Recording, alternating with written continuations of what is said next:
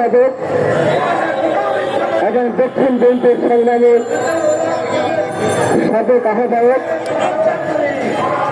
বাংলাদেশ জাতীয়তাবাদী দলের সম্মানিত চেয়ারপারসনের সম্মানিত উপদেষ্টা মন্ডলীর অন্যতম সদস্য বীর মুক্তিযোদ্ধা জননেতা আব্দুল সালাম উপস্থিত আছেন, হাবিবুর রহমান হাবিব সহ সর্বস্তরের নেতৃবৃন্দ।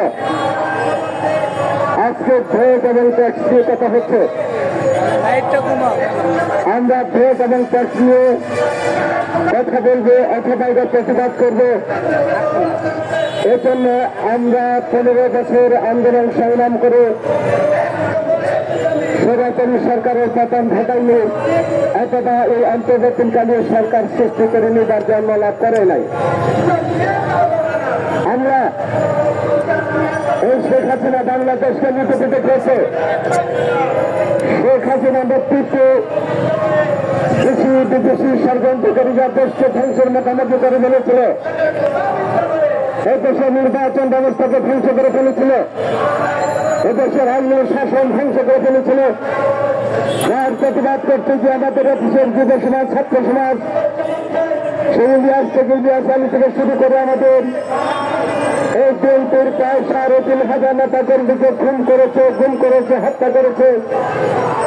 সর্বোচ্চ তারেক রহমানের নেতৃত্বে জাতীয় ঐক্যবদ্ধ হয়ে বাংলাদেশের মানুষ ঐক্যবদ্ধ হয়ে সমস্ত দলগুলো ঐক্যবদ্ধ হয়ে নির্বাচন আন্দোলন করে ছাত্র জনতার নেতৃত্বের মধ্যে দিয়ে স্বৈরাচারী শেখ হাসিনা পালিয়ে যেতে বাধ্য হয়েছে। আজকে সেই পালিয়ে যেতে বাধ্য হওয়ার পরে যিনি তত্ত্বাবধায়ক অন্তর্বর্তীকালীন সরকার প্রদান হয়েছেন, আমরা জানি এবং জানতাম এই অন্তর্বর্তীকালীন সরকার যে কারণে আমরা এই 15 বছর রক্ত দিয়েছি, খুন হয়েছি, গুম হয়েছে, প্রায় 60 লক্ষ যে মামলা দেওয়া হয়েছে তার একটি মাত্রই কারণ ছিল, একটি সঠিক এবং অন্তর্বর্তীকালীন সরকার ছিল নির্বাচন দেওয়া। আমরা সেই হাত থেকে আমরা লক্ষ্য করছি আজকের এই সরকার, এই অন্তর্বর্তীকালীন সরকার সেই সঠিক জায়গা থেকে আজকে তারা অন্যত হচ্ছেন। আমরা বলতে চাই কোন পথে অন্যত হাতে কোনো লাভ হবে না। এদেশের অনেক স্বৈরাচারী সরকারকে আমরা হটিয়েছি। এই বাংলাদেশ জাতীয়তাবাদী দল সৃষ্টি হয়েছে, গণতন্ত্র রক্ষার জন্য জাতীয়তাবাদী সৃষ্টি হয়েছে। এদেশের মানুষের আন্দোলন সংগ্রামে ঐক্যবদ্ধ হয়ে দাবি আদায়ের জন্য যার নেতৃত্ব দিচ্ছেন আজকে জননেতা তারেক রহমান।